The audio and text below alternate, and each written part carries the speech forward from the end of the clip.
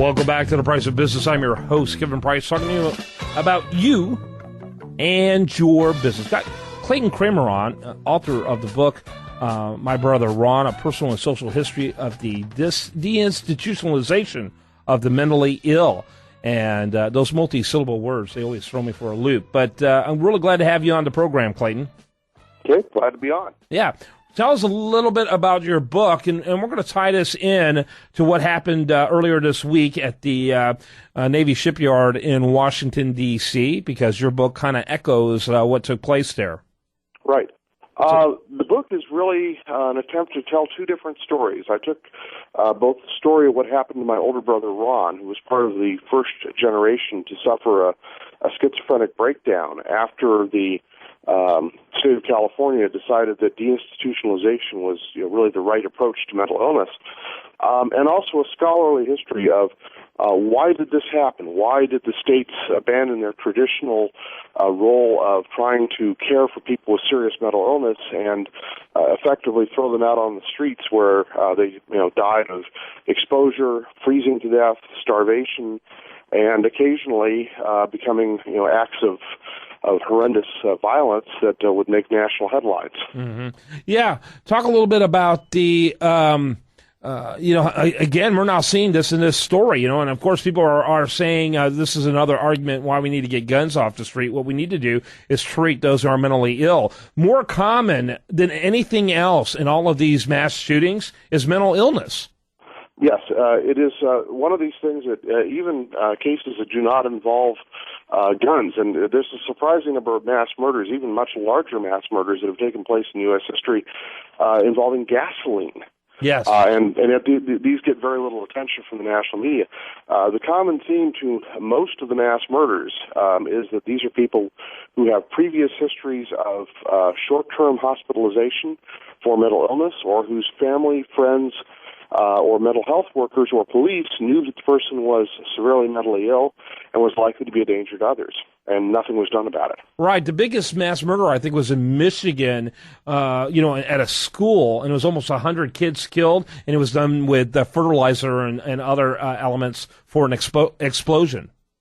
There's 87 people murdered at the Happy Land Social Club in New York City some years back, by a guy with $1 worth of gasoline, getting revenge on his girlfriend who worked there. Yeah. So there's a lot of these that don't get much attention. People also don't realize this is not uniquely American. The Europeans actually have somewhat similar rates of random acts of mass murder. And again, they're usually done by people with histories of mental illness because, unfortunately, deinstitutionalization was such a bad idea that after the U.S. and Canada went down this path, Europe pretty much decided to follow us. Tell us about your brother.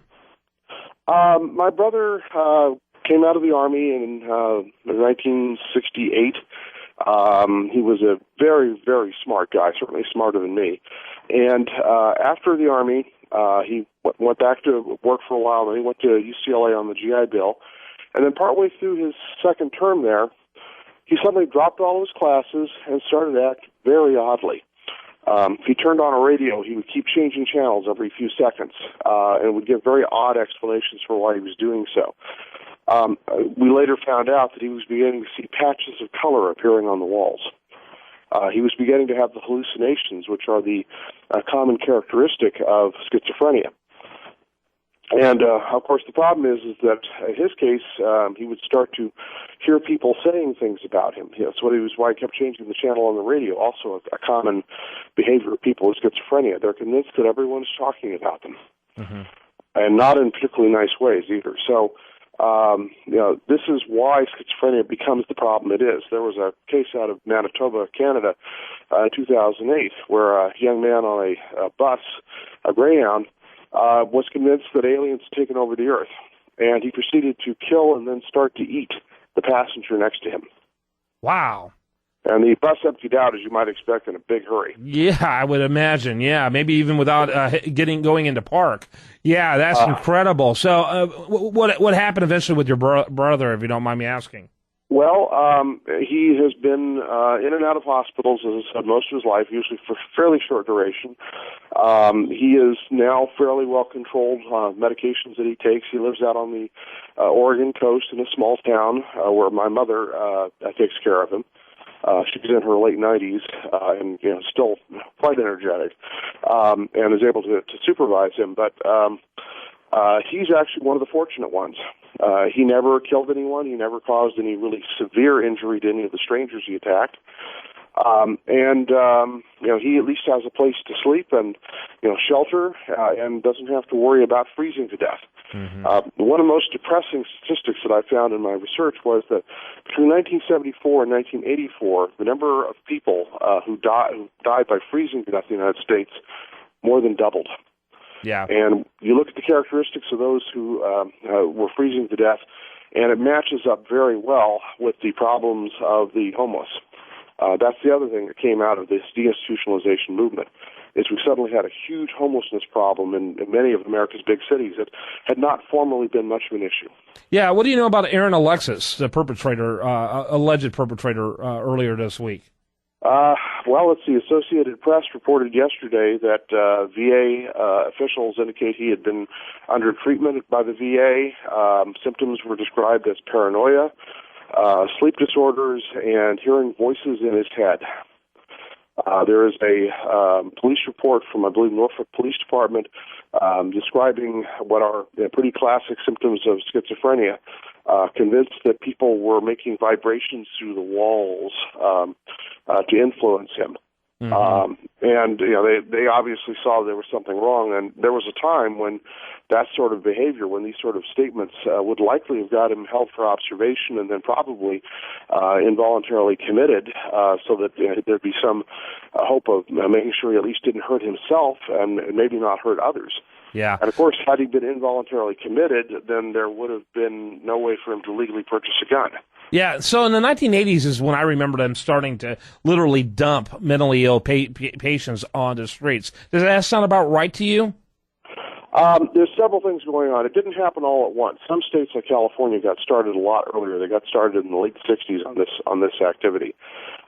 There's a series of decisions, one of which comes out of Texas, Addington versus Texas, I think it is 1979, where the Supreme Court imposes a much stricter standard for involuntary commitment.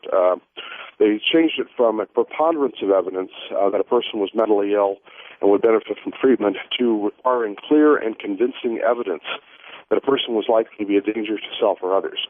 Clayton, I'm sorry, I'm going to have to wrap it up, but people need to learn more about this, and I strongly suggest people look at the list. And when you hear people talking about getting rid of guns, they need to be talking about a better protocol of dealing with people who will commit crimes with guns, as you pointed out, with knives, with gasoline. You can't solve the problem by taking guns off of the street. And part of a free society includes owning guns. What we have to do is have a better protocol of dealing with mental health issues, because that seems to be the common denominator in every one of these mass killings. That is the common denominator. Clayton Cramer, you can learn more about him at Clayton, Clayton, Cramer, Cramer.com. Great subject, great segment. Thank you, sir. Thank you. Bye-bye. When we come back, much more for you. I do want to remind you, best content here shows up over there at USDailyReview.com. You're listening to The Price of Business.